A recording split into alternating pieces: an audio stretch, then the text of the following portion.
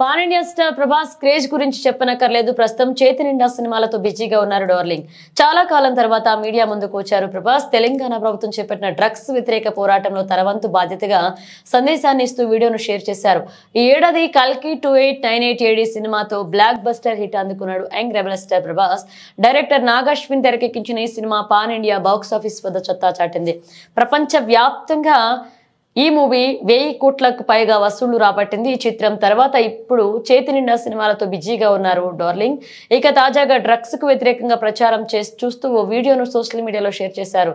ఇక తెలంగాణ ప్రభుత్వం చేస్తున్న డ్రగ్స్ వ్యతిరేక పోరాటంలో తన వంతు బాధ్యతగా ఈ వీడియోను నెట్టింట పంచుకున్నారు. ప్రస్తుతం ఈ వీడియో వైరల్ గా మారింది.